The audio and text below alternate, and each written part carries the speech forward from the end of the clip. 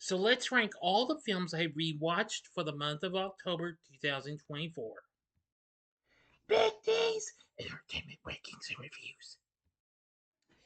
So, greetings, my fellow YouTubers, and welcome to Big D's Entertainment Rankings and Reviews. My name is Dual, better known to as the Big D, and this time around, I'm going to be doing my October 2024 rewatches ranking. Now, like what I did with the combination for the September rank, yeah, first time in rewatches together, I'm finally back to doing this, but with rewatches, I'm only going to go rapid fire and tell you what the movies were. No pictures, though. I humbly apologize, but there's 42 films overall. And, well, since I didn't watch so many big franchises and what have you, except for Halloween, because I was watching Buffy the Vampire Slayer all month, I did manage to watch all the Halloween films, but anyway, there's gonna be a lot. A lot. Well, all of them, all 13 of them. So let's get into the start. Into the start of the ranking. Here we go. Howling Resurrection, of course, starts at the bottom of the chain at number 42. Yep, worst film in the Halloween ranking, but I just watch it because I'm a hardcore completionist. Right ahead of it is Halloween 5, The Revenge of Michael Myers. I recently did a re-review of it. I can see it's done very well, done better than my original review. Thank you very much. At number 40 is Halloween, The Curse of Michael Myers. I will re-review that next year. And yeah, it's alright. I still would love to see the producer's cut though. The Night of the Demons remake from 2009's next at 39, and well, it's freaky and creepy and really terrifying. It is pretty bloody though, and what have you. Next at 38 is Rob Zombie's Halloween 2. Yeah, well, it has its issues and what have you, but still, some of the kills are pretty good. Next is Insidious at 37. My second time I'm watching this. If you watch the first time's ranking, you realize that I watched the other films in the franchise for the first time ever. This one's pretty low, but I still kind of liked it though. Like I said, it's just as eerie and frightful and well, I don't know what have you for a PG-13 rated horror flick. You can check out my review of that if you haven't seen it yet. Next is Poltergeist 2, The Other Side at 36. I recently reviewed this film. I am going to say this is an okay sequel. Not as good as the first film, which is still ahead on this ranking, but well, it's fine and what have you. Next, we got I Still Know What You Did Last Summer at number 35. Good sequel. Pretty underrated, though, but still like it, though. And John Carpenter's Ghosts of Mars is next at 34. Another underrated film, but still a guilty pleasure of mine. I just did a review of that film. I can see that did pretty well. And I Know What You Did Last Summer is next at 33. Still good. And Rob Zombie's Halloween comes in at number 32.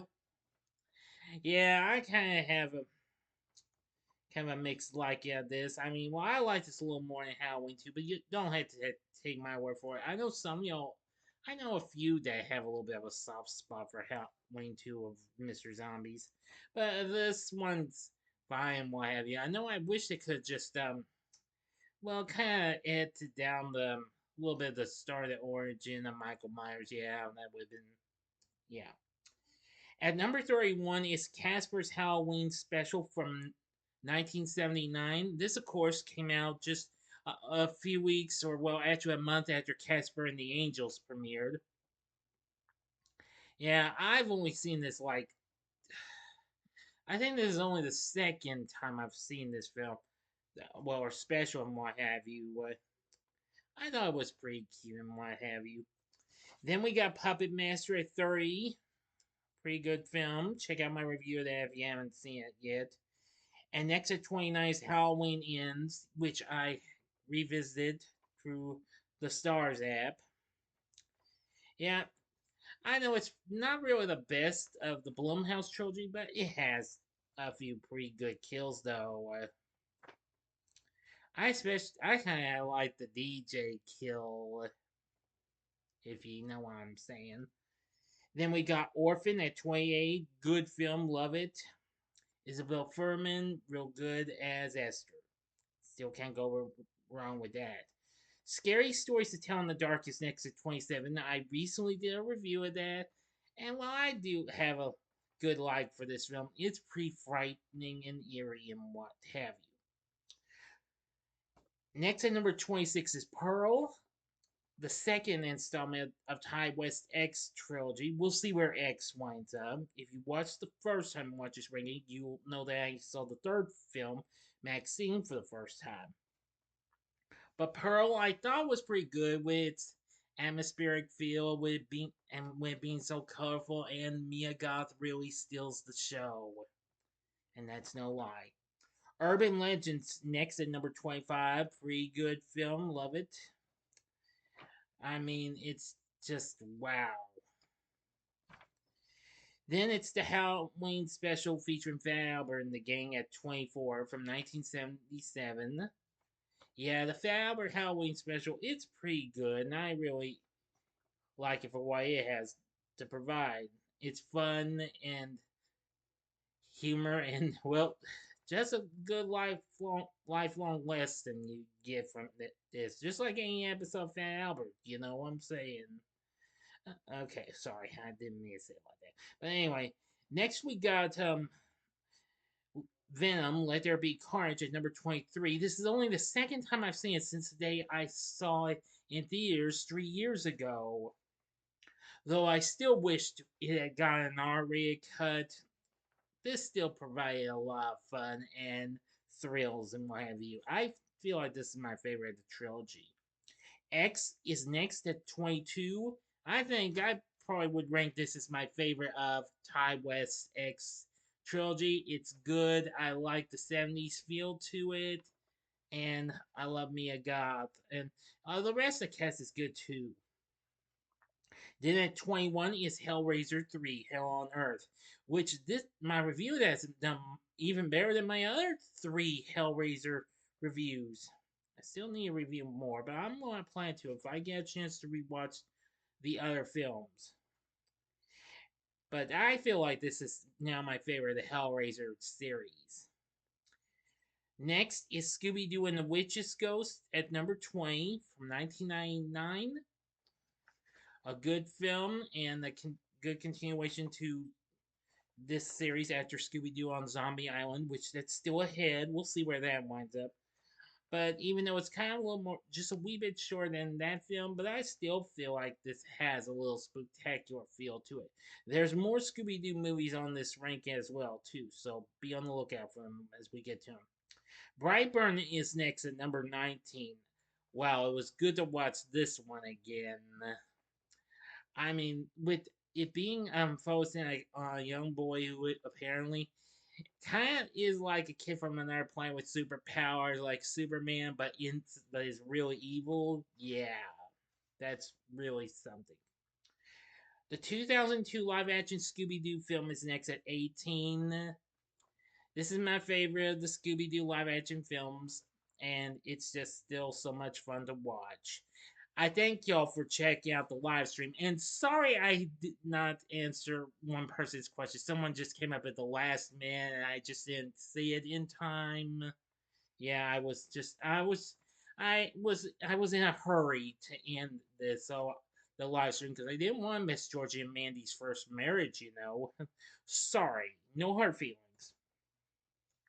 Halloween Kills is next at number 17. I really liked this one with a lot of its kills and why some of its kills were like unexpected and what have you. That was just so cool. And having some of cast from previous Halloween films was really worth it as well. And Halloween H2O is after that 16. Great sequel. And I just know this is a film that decided to follow the first ever sequel to follow after the events of the first two. I think it's so underrated though. Next at number 15 is the original Salem's Lot TV miniseries from 1979, which will actually be celebrating its 45th anniversary this month, as a matter of fact. You can check out my review of this mini-series film if you haven't seen it yet. I kind of liked it, even though I did think the remake that came to Max last month was not too bad. But I still think this miniseries was even more good. Next at 14 is Scooby Doo and the Legend of the Vampire from 2003. I really love this movie. It is a awesome film, and it had a pretty good feel to it, being like the old school Scooby Doo tunes. Even when it came out after what's new Scooby Doo premiered on the WB, I feel like this is a good film, and it has some pretty good tunes as well. The original Psycho is next at 13. You can't go wrong with this film. I really love it. I like Anthony Perkins as Norman Bates. Enough said. It's just so good. A masterpiece by the late great Alfred Hitchcock. Number 12 is Scooby Doo Meets the Boo Brothers from 1987, which which just made a last minute break the tie after I did my schedule vid. So it's now become the real third most viewed vid for last month. So breaking the tie from it and Winnie the Pooh, Blood and Honey too. So congrats. I think after finally revisiting this film, I realized I kind of like it a little more than what I did before. So anyway, and the Boo Birds are just so funny. My top favorite film from last year, 2023, Megan itself, came in 11th, and I still love this movie so much. I've seen this about 30 times now.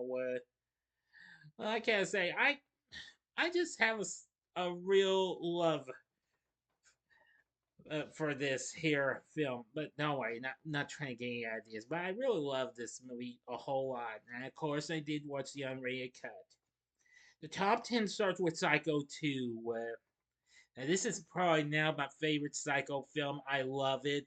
It's a great way to continue the story years after the original from 1960. Just such a great film. Next is Scooby Doo on Zombie Island at 9, and I'm going to say this was good as well. Than the last time I saw it. It was just so good and dark, and well, I gotta say, it was just like unlike anything I would see from Scooby Doo. And we have some pretty good rockin' tunes as well. Number 8 is the original Poltergeist from 1982. I love this film now. It's so good with its great cast and Jerry Goldsmith's score. And of course, the main theme to the film is just so good. You can't go wrong with that. Halloween 3 Season of the Witch, also from 1982, is next at 7. The underrated black sheep of the Halloween franchise, definitely can't go wrong with that.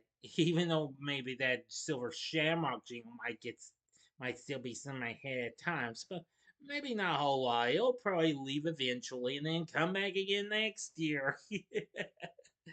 I know, I'm just being funny with y'all, but seriously. Halloween 2018 is next at 6, and it's a good film. I love it. Despite it may have its issues and its craziness and what have you, but I feel like Halloween 2018 is awesome, and Jamie Lee Curtis is superb in this. And that's no lie. Halloween 4, The Return of Michael Myers, is next at 5, and I think this is good. I mean, despite the mask might not look so hot, but even so, I found it to be pretty good. And Dr. Loomis is, well, yeah. I think you know the rest. Danielle Harris is so good in this. I really like it. This was one of her best performances in my book. Mm-hmm. Trick or Treat is next at number 4. That's, of course, it's a 2007 film. I'm gonna say this is just so good. It has a great cast. I love them. Anna Paquin was good. Brian Cox was good. Yeah, they were all good. Trick or Treat, definitely a fun-filled experience. Next at number 3 is Scooby Doo and the Goblin King. It's been a long time since I last saw this film, But I definitely need to review that film. Maybe sooner or later. I will review some more Scooby Doo films if I decide to watch some more soon. Well, maybe not for this year, but maybe going to next year, I might be able to do some more. But this film, I forgot this was so much fun. Why have you? Especially with having a big all-star cast of voices, almost more than any other Scooby Doo direct-to-video film to this day. Definitely. And it was cool they had Tim Curry in this after doing Scooby Doo and the Witch's Ghost. I think this was just so good and had some pretty good fun moments and what have you. And that's no lie. The original Halloween 2 from 1981 is second. Great sequel, love it. You know the rest. And the original Halloween from 1978 is you got it tops. So anyway, that's it. And you know the story on Halloween and how much I love that one as well. All right, so I humbly apologize for going real quickly in my review, but I wanted you to know that I know I've reviewed lots of these films, and well, that's all I can say. So anyway, that's it for this ranking. What did you think of this ranking? Tell me, what did you watch in October 2024? You can give me your top three, maybe your top pick, or your top five, top 10. You be the judge. Leave them for me in the comment section below. And if you like this video, click the like button, subscribe, and be a part of the Big D Nation. Continue to help support my channel. Make it grow and make the views grow. And you can tell your friends about me and maybe get them to check out my channel, or maybe, I don't know, maybe they'll come check me out and be a part of this Big D Nation. And next time I'll be doing a review of Imaginary. Yeah, I'm gonna try and get that while away. So anyway, if you like this, you may want to check out my vids for some of these films, even though I have yet to review my third film. But I'll give these spectacular Halloween treats for y'all for just a little last minute trick or treating fun. In the upper left hand corner is my re review of Halloween 1978, the classic. The upper right hand corner is my re review of Halloween 2 from 1981. And the bottom left hand corner is my review of Trick or Treat. And the bottom right hand corner is the button you can click to subscribe if you like rankings and reviews on movies, TV, music, video games, etc. Then I'm your guy. Thanks for watching. Until next time, I'm the Big D saying see ya.